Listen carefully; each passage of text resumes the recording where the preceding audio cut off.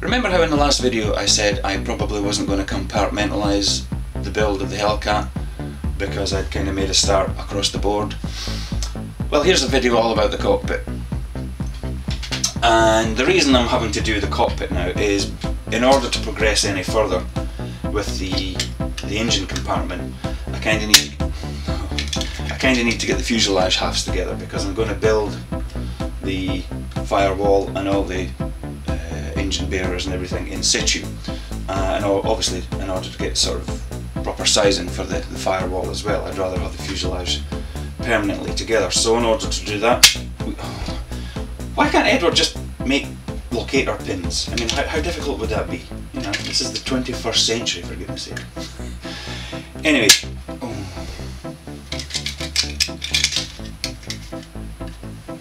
one minute. Right, so obviously in order to get the fuselage halves together, say that 10 times fast, say it 3 times fast, fuselage halves, fuselage. So in order to get the body parts together, we need, as I said, to get the cockpit done. Now, as you can see, the Hellcat doesn't really have an awfully big opening, as it were, so it's kind of dark in there. And as a result, I'm not really going to go overboard with super detailing the cockpit. Yes, I'll put some control cables and whatnot, but I'm just going to use the injection moulded cockpit parts that come with the kit, which, to be honest with you, they're actually very, very well moulded, very nicely moulded, I should say.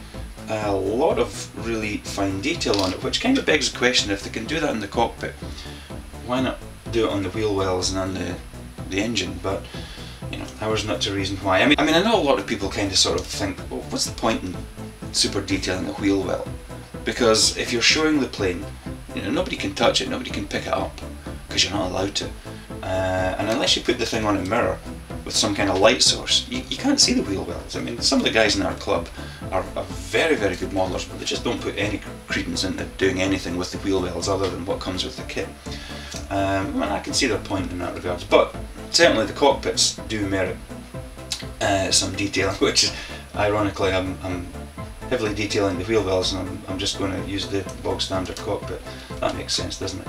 But they say the eyes of a kit are the canopy. If that's the case, then the heart is the cockpit. Now, I mean, we do have the Edward photo-etched enhancement set. You know, it's basically the instrument panels, some of the control surface, you know, sidewall detail, and of course the harnesses. And it's in the, you know, Edward's pre-painted. I don't know why they do that.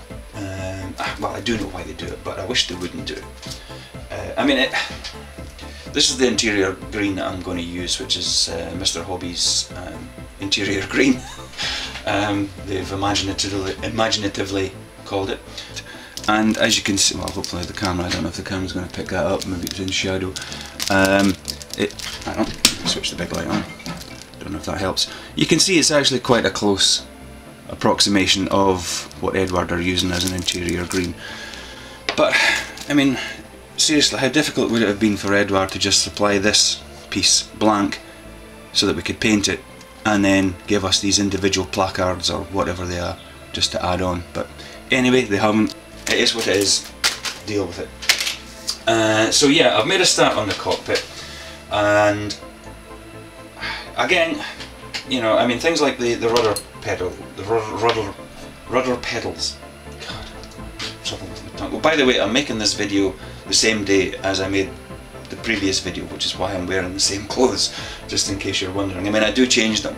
I mean, once a week, whether I need to or not. Okay, so just in case you were wondering, which you probably weren't. You know, things like the rudder pedals, yes, they are a heavy injection moulded, or they look heavy, but when I actually compared them on the walkarounds to the actual real life things, they're not that bad. So I'm just going to use these. I might put some, you know, cabling on them. Even then, I don't know. They sit down and behind the instrument panel, so once it's all sewn up, you're really going to be hard pressed to see anything down there. But the one thing is, if the cockpit is the heart of the kit, then the seat is the lungs of the cockpit. And again, the injection molded seat isn't bad, but because of the constraints of the injection molding process, the seat is, you know, the sides of the seat, the back of the seat, they're quite thick. So I decided to make my own seat out of brass sheet, just to give it that realistic, or more realistic, or thickness, because the seat is quite thin, as I've seen from the walk-arounds. So I've had to go with that. It's not perfect, but once the harnesses are on it and it's painted and weathered and everything, it should look okay.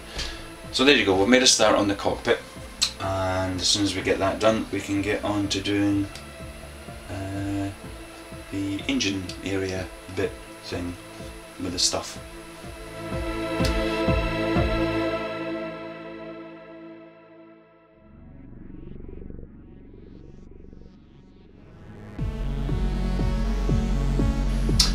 You know how at the start of this video I said I wasn't going to put too much trouble into the cockpit? It's funny how things change, isn't it? Well, I'm not doing anything too drastic with the cockpit. I mean, aside from all the typical cabling, which I said it was going to do, which you can't see any from the top. I mean, even holding it here under this bright light, you can't really see them. They do reflect light. So it does add to the busyness of it, I suppose. But what I have done though is, when I was studying the walk around to get the idea for the seat, to see how to make the seat, I noticed that behind the seat there's a manifold, a big manifold, which is basically a pipe junction box. So I had to go making one of them because it's quite prominent. You know, it's probably one of the first things you look at, especially once the seat has the harnesses and everything on. So I thought I'll have a go at making this, and I just used evergreen strip, which I drilled the sides and then put in some very, very fine silver nickel rod, but it lacked that essential manifoldiness that manifolds tend to have. So it would have done, it would have sufficed, but well, you know me. So when I was down at Telford, one of my mission parameters was to find someone who could supply something that I could use as a, you know, as a decent replacement. And I was actually looking for hexagonal section evergreen, or not evergreen necessarily, but plastic rod that I could then just slice and then use that, but nobody did anything. However, I did find 3 sellers that had something on offer that I could use. One of them was a resin bolt and nut that were already, that looked like the bolt that was already on the nut was already threaded on the bolt, and they were available in a variety of sizes. It was like £4 for a bag of 50 billion, that's what it looked like anyway. But I kind of thought that in order to hold the, you know, I really needed to kind of drill a little hole in, you know, the tip, as it were, so that I could put a little bit of rod in, just so that it has a good purchase. But I thought, you know, holding that in the tweezers, it's going to burr the edges, it's probably going to break, because I would have to then cut the shank off the bolt and stick it in. I thought, oh, you know what, no. Then I found another company that did a photo etch fret of hexagonal nuts, but of course, photo etch being photo etch, it's wafer thin. So I would have had to cut 2 or 3 of these out and then stack them together, which, trying to get these things all properly lined up, and then you're going to have all the little, you know, the joins, as it were, plus then trying to burr it down. I thought, no, can't be bothered with that either. But I did find one company who actually make, I think there was a smaller size than this, but this is a 0.5mm threaded hex brass nut, because it goes with obviously the 0.5mm threaded bolt. So you could physically screw these things on. I mean, it just looks like I'm holding up an empty bag, I know, but there was approximately 25, is it 25 or is it 26? It's like a 6, but it's probably 25. £12 for this little bag. And of course, I mean, you're probably paying for the engineering required to thread them, and I'm not using that. But because they're actual brass and they've got a good, you know, thickness to them, or depth, or whatever you want to call it, and because there is a hole through them, all I needed to do was like drop that onto a piece of wire, a little bit of glue, trim the end off, and I've got a perfect compression nut fitting, which I then just took a little bit of brass rod and stuck them all to that. So I now have an actual brass metal manifold that reflects light the way metal does. I've got the hexagonal nuts all the way down the side, and I'm quite happy with that. So that's it finished now. I've got the one other little thing that I did, and it's a little tip for you if you're ever using a photo etched instrument panel, is typically they'll come with the dials on one piece, and then you have the actual bezel section as a separate piece. You then glue that over so that it looks like you've got the little dials. If you glue that using something like this is micro crystal clear, which it's a white PV glue, but it's also known as a window forming material because it dries, as its name suggests, crystal clear. So if you apply liberally over the area and then place the bezel sheet over it and give it a little squeeze so that all the glue comes out into the little areas of the dial, when it dries, these dry as little glass discs, or they look like little glass discs, so it looks like a proper instrument panel, which you can see there. So yeah, there we go. That's the cockpit done. All that remains now is sticking it into the actual kit itself. Some small detailing on the inside. I might run some cabling down, but just the angle that they're at, you know, they're going away from you, and once the actual cockpit is in place, really, you just can't see a damn thing.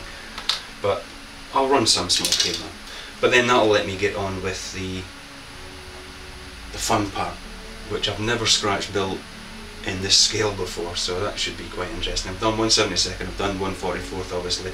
I've never done 1/48, so that should really put me to the test, because there's no... With those other two scales, you can get away with things that imply a part or you know, an engine component or whatever it is you're scratch building. But at 1/48, I'm going to pretty much have to do this the way it is, so we'll see how we get on with that. Anyway, there we go, and yes, I know I'm wearing the same top, different t-shirt, you know, it has been washed, just because, in case you start, you know, amongst yourselves. Anyway, there we go, I shall see you. Oh, that was the other thing I wanted to say. When I was down at Telford, I picked up 3 kits, as you tend to do. It's a very, very, very expensive weekend. So I picked up 3 kits. A Special Hobby 1/48 D21 Fokker, or Fokker D21, which is a very interesting looking kit, which there's 2 in the box, kind of similar to this. Lots of resin, the resin engine, and a wee bit of photo etch. And to be honest, I really want to sort of get started on that one. I also picked up Tamiya Feisler Stork, the 1/48 one again, from a company that was selling it for the absolute steal of £35. I mean, other traders were selling it at 48, 55, £35, so I jumped on that one with both hands. And a Fine Molds, a 1/48 Repu Mitsubishi M6 something, Repu or Sam as it's known, and again, as the manufacturer's name suggests, it is a very, very fine moulding indeed. And so I'm kind of itching to get started on something else, and I think it's probably a good idea to have lots of things on the go. I also do have a few other builds as well, so what I'm basically trying to say is that the next video may not necessarily be a Hellcat video. It might be the Fokker, or maybe even the Stork, or the X-Wing, or something else. So, you know, like Forrest Gump said, life is like a box of chocolates, because you never know what you're going to get, which is actually a lot of bullshit, because you always get that little sheet of paper that tells you exactly what each thing is. You know, the triangular thing with the 3 dark brown stripes on it, you know that's going to be the caramel, which I always go for first. Nobody ever eats the ginger. I mean, why do they even put a ginger one in there? It just doesn't. That's like putting carrot or broccoli. You know, no, keep them out. Anyway, that's pretty much what I was going to say.